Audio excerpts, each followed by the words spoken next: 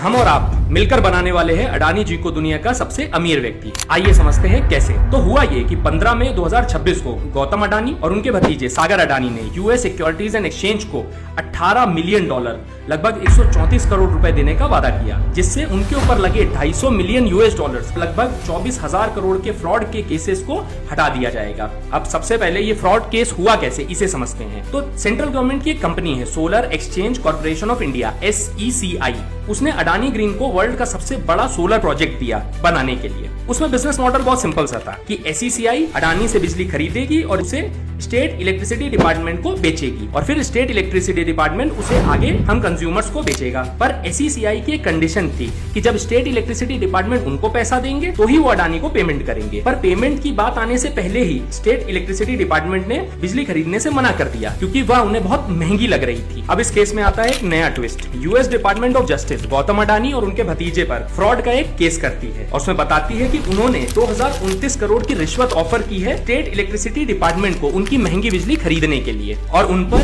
FCPA मतलब foreign corrupt practices act और securities act of 1933 और सिक्योरिटीज एक्सचेंज एक्ट ऑफ 1934 लगाकर केस फाइल किया जाता है। अब सबसे बड़ा सवाल उठता है कि इंडिया के इंटरनल मैटर में यूएस कैसे इन्वॉल्व हो गया। तो यहाँ पर बात फिर से वापस आ जाती है सोलर प्रोजेक्ट पर। तो आपको सोलर प्रोजेक्ट तो याद होगा, उसे बनाने के लिए अडानी ने $175 मिलियन का इन्वेस्टमेंट उठाया था यूएसए से, और उस इन्वेस्टमेंट को उठाने के लिए उन्होंने वहां के लॉज को साइन किया था, जैसे सिक्योरिटीज एक्सचेंज एक्ट और एंटी ब्राइबरी एक्ट, और इसी राइट को लेकर यूएसए इस केस में आया। इसी केस से अपने आप को बचाने के लिए अडानी जी ने यह सेटलमेंट किया है, और क्योंकि अब यह सेटलमेंट हो चुका है इसलिए महंगी बिजली खरीदी जाएगी, जिसका भुगतान हमें और आपको करना पड़ेगा। और हाँ, बहुत सारे पेजेस पढ़ने पड़ते हैं वन पेज बनाने के लिए, इसलिए फॉलो, लाइक, शेयर जरूर करें।